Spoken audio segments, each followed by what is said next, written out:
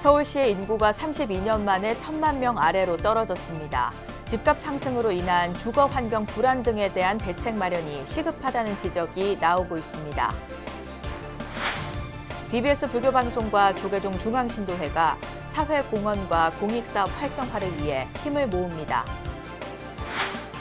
인구 감소 시대, 원효 스님부터 용성 스님까지 포교를 위해 적극 활용됐던 불교 음악의 어제와 오늘을 되돌아봤습니다. 코로나 속에서도 천년고찰 창녕 화왕산 관룡사가 인재 양성에 앞장서고 있습니다. 65세 이상 노인들에게 치명적인 낙상사고, 주의할 점과 예방법에 대해 알아봤습니다. 여러분 안녕하십니까? 3월 5일 금요일 BBS 뉴스입니다. 흔히 서울 시민의 목소리를 인구에 빗대 천만의 말씀이라고 하던 농담도 이제는 할 수 없게 됐습니다. 서울시의 인구가 32년 만에 1,000만 명 아래로 떨어진 건데요. 집값 상승으로 인한 주거 환경 불안 등이 서울 인구 감소의 주요 원인으로 꼽히는 가운데 저출산, 고령화 문제 해결을 위한 정책 마련도 시급하다는 지적이 나옵니다. 첫 소식 류기환 기자입니다. 지난해 말 기준 서울시 총 인구는 991만 1,088명. 1988년 이후 줄곧 1,000만을 넘던 서울시 인구수가 32년 만에 1,000만 명 아래로 떨어진 겁니다. 최근 1년 사이 10만여 명이 서울을 떠났는데 내국인은 6만 명, 외국인도 4만여 명 감소했습니다. 치솟은 집값으로 인해 수도권 주변으로의 인구 유출이 증가했고 코로나19로 외국인 인구 유입이 감소한 게 주요 원인으로 꼽힙니다. 1992년에 한 1,090만 정도를 정점으로 해서 그동안 조금씩 인구가 이제 감소가 돼 왔었습니다. 부동산 가격이나 이런 요인에 의해서 서울에서 경기도나 수도권으로 유출되는 그런 인구가 늘어나면서 실제로 올해 1월 경기도는 인구 2만 1,000여 명이 새로 들어온 반면 서울시는 1,400여 명이 도시를 떠났습니다.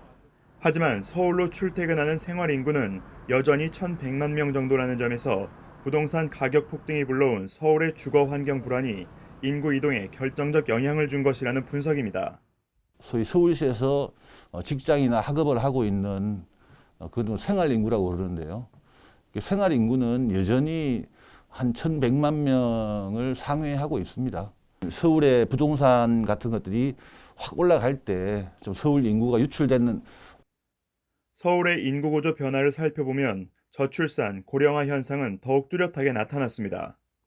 4살 이하의 영유아는 10% 줄어든 반면 85세에서 89세 인구는 11%나 늘었습니다.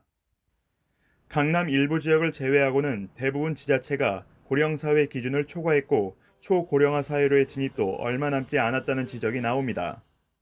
2020년 기준으로 해서 0.84명으로 나왔어요. 합계 출산율이.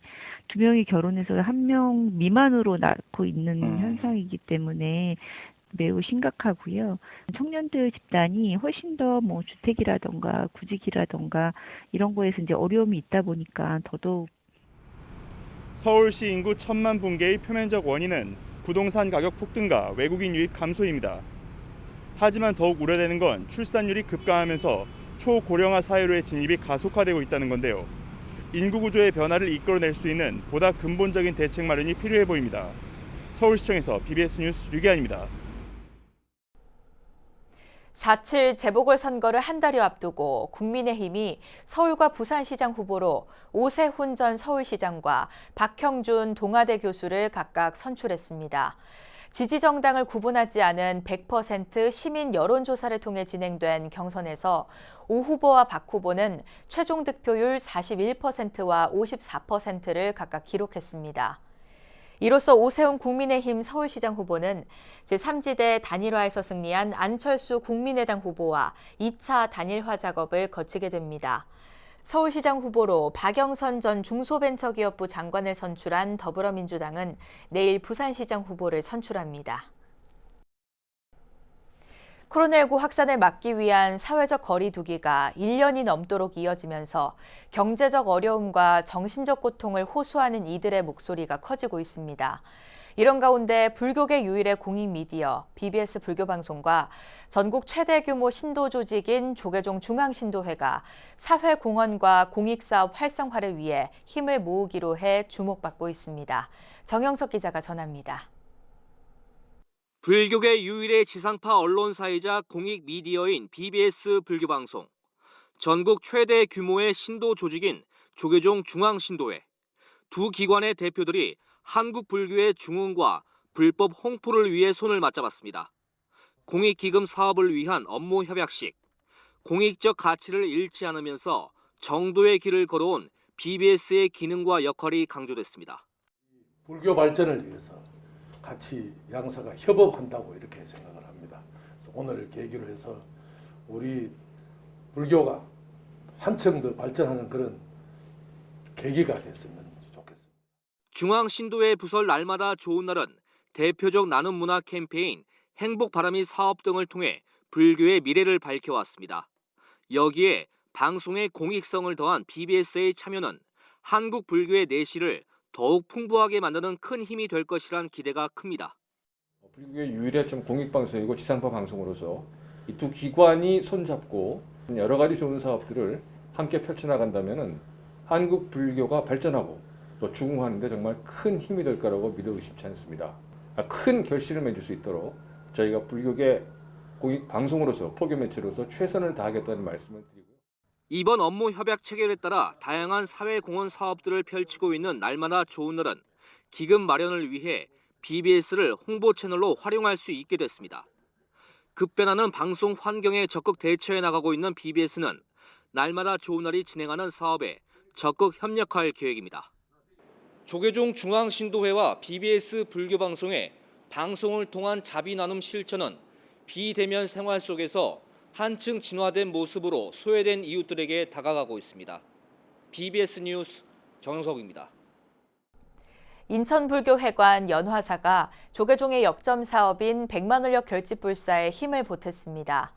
연화사 주지 일지 스님은 어제 한국불교 역사문화기념관에서 총무원장 원행 스님을 예방하고 백만원력 불사금 1,000만 원을 전달했습니다. 원행 스님은 인천 지역에서 군복무한 인연을 소개하면서 연화사 신도들이 큰 마음을 내줘 고맙다고 격려했습니다. 이에 대해 일지 스님은 앞으로 백만원력 결집불사에 관심을 갖고 동참할 수 있도록 노력하겠다고 밝혔습니다. 조계종 총무원장 원행 스님은 청년불자들이 교계 허리 역할을 해주고 종단과의 소통에도 적극 나서줄 것을 KYBA 대한불교 청년회에 당부했습니다. 원행 스님은 어제 장정화 KYBA 신임 회장의 예방을 받고 대한불교 청년회가 허리 역할을 해줬어야 하는데 그동안 서로 소통이 원활하지 못했던 것 같다며 청년 회원들을 배가시키고 종단과 긴밀한 협력에 힘을 많이 써달라고 말했습니다. 이에 대해 장정화 회장은 처음 시작하는 기분으로 내실을 다지면서 삼보를 위하고 청년불자의 오롯한 기본에 충실하겠다며 소통하면서 변화와 혁신으로 종단과 중앙신도회 등과 힘을 합쳐 새롭게 다시 노력하도록 하겠다고 화답했습니다. 앞서 KYBA는 지난달 27일 101년 만에 처음으로 여성 회장의 취임식을 갖고 31대 집행부에 출범을 알렸습니다. 포교에 있어서 음악은 매우 중요한데요. 원효 스님은 저작거리에서 무예가를 불렀고 근현대 용성 스님은 풍금을 치며 직접 만든 찬불가를 불렀다고 합니다. 불교 합창 아카데미 등을 이끌고 있는 박범운 조계종 불교음악원장으로부터 불교 음악에 나아갈 방향에 대해 알아봤습니다. 홍진호 기자입니다. 원효 스님은 그 옛날 저작거리에서 노래를 부르고 춤을 추며 불법을 전했습니다. 나무아미 타보를 외우면 누구나 성불할 수 있고 본래 마음을 깨달으면 지금 이 땅 위에 정토가 실현된다고 알렸습니다. 각기 다른 종파의 사상을 회통시킨 장본인이 노래로 민중과 소통한 겁니다. 어떻게 보면 다 부처님 마음에서 나오고 그렇게 보면 모든 교학이 다 장단점이 있고 그렇게 보면 소통하지 못할 거 없지 않냐. 100여 년 전 일제강점기 당시 민족 대표 33명 중 1명으로 독립운동에 헌신했던 용성 스님은 왕생가 등의 찬불가를 작사, 작곡했습니다. 틈나는 대로 풍금을 치며 어린이들에게 이를 가르쳐주고 따라 부르게 했습니다. 오늘 100년 전에 백용성 스님께서 작사 작곡한 왕생가를 한번 배워볼 거예요. 일제강점기 때 용성 스님께서 여러분들과 같은 어린이 법회 때 어린이들 박범은 조계종 불교음악 원장은 서양 음악의 원류가 교회 음악이기에 근현대 찬불가 또한 이에 영향을 받을 수밖에 없었다고 설명했습니다. 특히 이웃 종교에 비해 정체성은 물론 질적, 양적으로도 찬불가가 빈약한데 이마저도 함께 부르지 않는다고 지적했습니다. 그러면서 박 원장은 범패 등 전통 불교 음악을 계승하며 보다 다양한 찬불가를 종교를 넘어 문화로서 세계에 알려야 한다고 밝혔습니다. 음악의 장르 관계없이 다양한 찬불가가 만들어지고 또 그런 찬불가가 보급되고 불려질 수 있도록 노력을 해야 한다. 한편 이제 또 한 단계 더 넘었으면 그것을 초월해서 세계 사람이 종교 관계없이 함께 공유할 수 있는 이런 불세출의 불교 사상가부터 독립운동에 헌신했던 고승까지 포교를 위해 적극 활용했던 불교 음악에 대한 인식 제고와 관심이 필요해 보입니다. BBS 뉴스 홍준호입니다. 제주 4.3 사건의 진상규명과 희생자 명예회복을 위한 특별법 개정안이 21년 만에 국회를 통과하면서 제주불교계 사업 추진도 빨라지고 있습니다.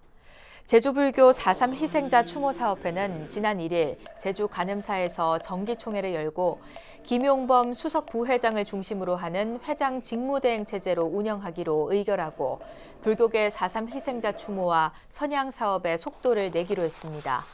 그동안 우리 불교 스님들이 민중들이 애민정신과 중생부대의 원력들이 4.3 공간 속에서 펼쳐졌던 것을 제대로 조명받지 못했습니다. 그것은 저희들이 책임이 큽니다. 제주불교 4.3 희생자 추모사업회는 오는 27일 4.3 위령제를 시작으로 6월에 제주불교 4.3 유적지 답사, 10월에는 4.3 유적지 보호 대책을 논의하는 세미나 등을 추진할 방침입니다.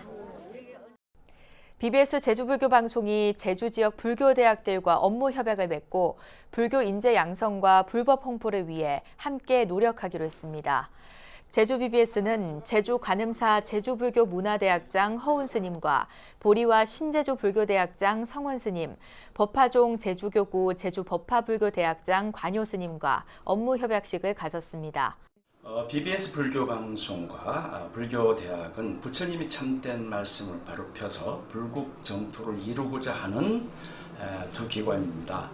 불교대학과 업무협약을 통하여 BBS 불교방송 홍보와 망공회원 확보에도 기여하게 될 것입니다. 제주 BBS는 앞으로 불교대학에 대한 홍보를 강화하고 우수 졸업생들에 대한 바람일상 수상, BBS 특별 강연 등을 통해 불법 홍보의 마중물 역할을 할 계획입니다. 코로나19로 어려운 여건 속에서도 제가불자들의 수행과 공부 열기는 꾸준히 이어지고 있는데요.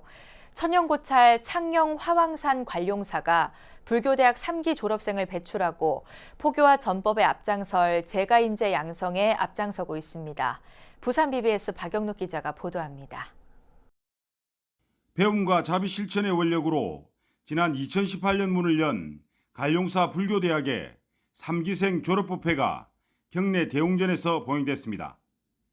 올해는 37명의 불자들이 풍계증과 졸업장을 받았습니다.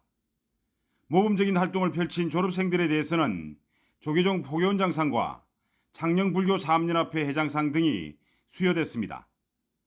관룡사 주지 정한 스님은 불교대학 과정을 향하는 졸업생들에게 더 큰 정진과 수행을 당부했습니다.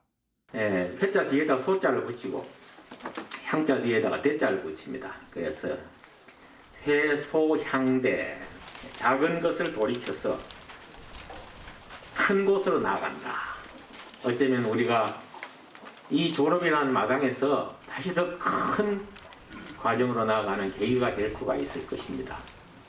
또한 관룡사의 본사인 영축 총림 통도사를 비롯해 지역 내 스님들이 졸업법회에 동참해 축하를 보냈습니다.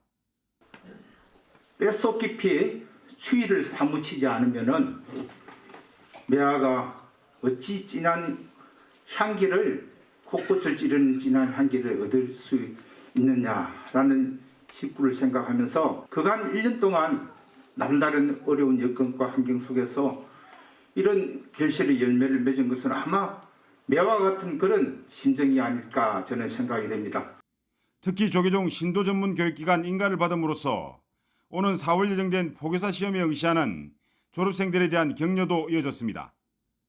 불자이기 때문에 우리는 이 불교를 공부를 해야 합니다. 그리고 오늘 졸업하시는 여러분 한 분 한 분이 재적 사찰에 또 원동력이 될 것이고 앞으로 우리 교구 본사뿐만 아니라 우리 한국 불교를 변화시킬 수 있는 원동력의 힘을 여러분들이 가지고 있다는 큰 자부심을 가져도 되겠습니다. 이날 갈룡사 불교대학 졸업법회는 학사보고, 교수님 꽃다발 증정, 졸업생들의 이웃돕기 발전기금 전달, 발언문 등의 순으로 진행됐습니다. BBS 뉴스 방인홍입니다. 대한불교 조계종 청주 용화사 제27기 충북불교대학 입학식이 지난 2일 용화사 관음전에서 봉행됐습니다. 올해 입학한 70여 명의 사보대중들은 앞으로 불교 개론과 부처님 생애 등 불교 관련 학과목을 이수하게 됩니다. 용화사 주지 각연 스님은 입학사를 통해 불교대학에서의 공부는 불교를 더 깊게 이해하고 무엇보다 스스로를 성찰하는 시간이 돼야 한다며 참다운 나를 찾는 수행에 정진해야 한다고 설했습니다. 듣기만 하지 말고 자꾸만 생각해 보아야 합니다. 그래서 불교 공부를 하면서 내가 달라지고 세상을 보는 눈이 달라져야 합니다. 여러분이 하는 이 의미 있는 불교 공부가 여러분들의 삶과 이웃을 요익해 하겠지만 잘못된 공부는 자신의 삶과 이웃을 불편하게 만들고 맙니다. 한편 청주 용화사 충북불교대학은 지금까지 2천여 명의 졸업생을 배출했습니다. 겨울을 지나 새봄이 왔지만 실내외에서 넘어지거나 미끄러져 뼈와 근육에 손상을 입는 낙상사고에 철저히 대비해야 한다는 지적인데요.